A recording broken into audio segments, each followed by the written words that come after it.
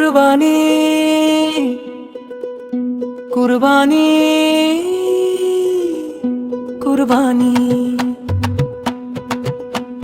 মুসলমান ভাই বোন যারা কুরবানি দিব মোরা। মুসলমান ভাই বোন যারা কুরবানি দিব মোরা।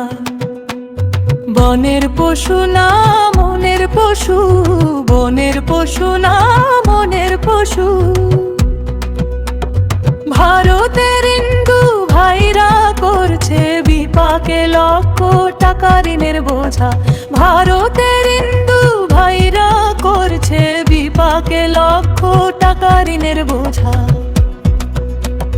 ভারতে যদি গরু কাটা হয় নিষিদ্ধ, তবে মরা মুসলমানরা নিজেদের পূর্ব বিশুদ্ধ।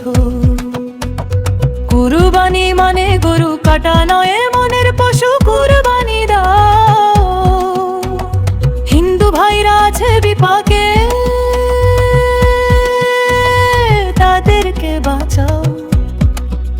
এবার ভিন্ন ভাবে হবে কুরবানি, কুরবানিতে আসবে সবাই হিন্দু মুসলিম মিলে। তাদের ঋণের বোঝা পরিশোধ করো, মুসলমান ভাইয়া মিলে ইসলামের পতাকা উঁচু করো। তাদেরকে নিয়ে কুরবানি মানে বনের পশু কাটা নয় মনের পশু কাটা। হিন্দু মুসলিম মিলে মোরা কুরবানি হবে নতুন ধারা।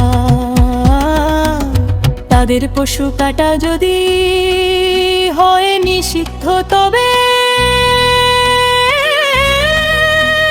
ভয় মোরা কাটবো না গরু, নিজেদেরকে করব বিশুদ্ধ।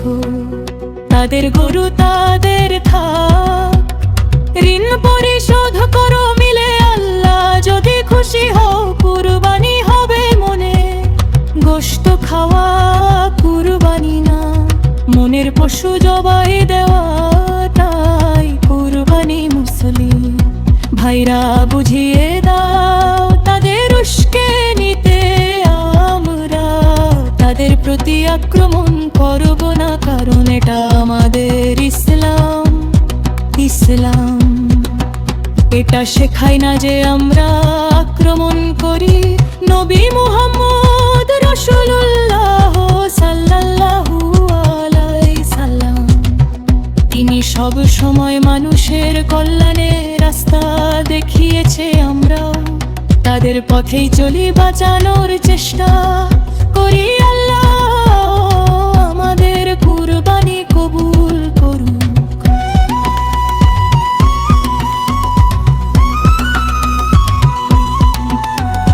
লেখ মুহাম্মদ রাজু ইসলাম, প্রচার মতামত টিভি।